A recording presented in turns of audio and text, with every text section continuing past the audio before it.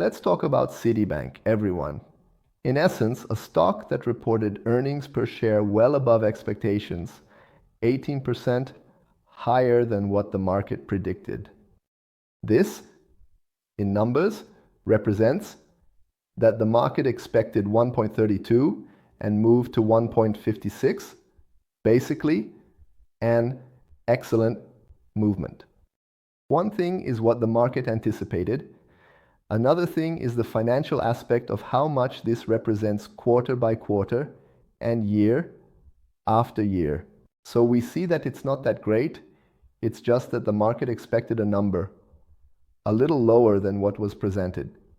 But as we can see, we have here a year-over-year reduction of 2.4% compared to the previous year. Compared to a previous quarter, which had a growth of 0.6%, it was a significant decrease.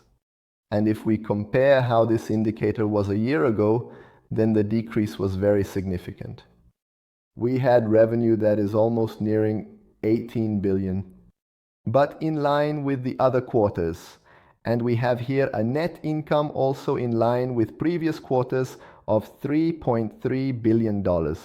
When we look at earnings per share, we see 1.51 also working in line here. However, when we compare this to the previous year of 1.63, we see this significant decrease, okay? Basically, the performance has been above expectations. But when we look at the company's balance sheets and growth, it's not as impressive as it seems.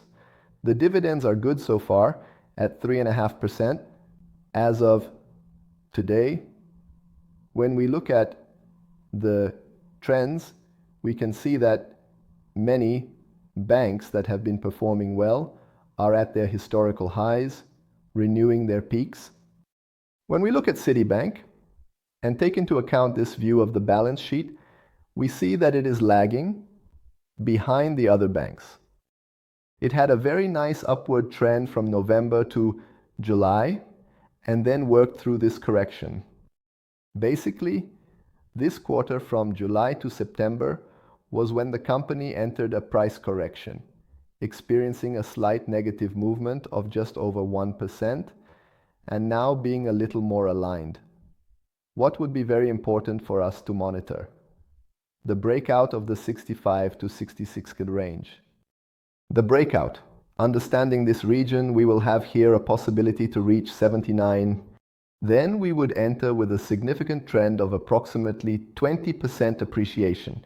This is a fascinating opportunity. Is it worth buying now? I prefer to wait for this breakout. It's also good for us to set an alarm. Once this breakout happens, we will let you know. But yes, it's a stock that looks good. Since then, Julio has worked on this natural correction, and this new alignment may bring good opportunities.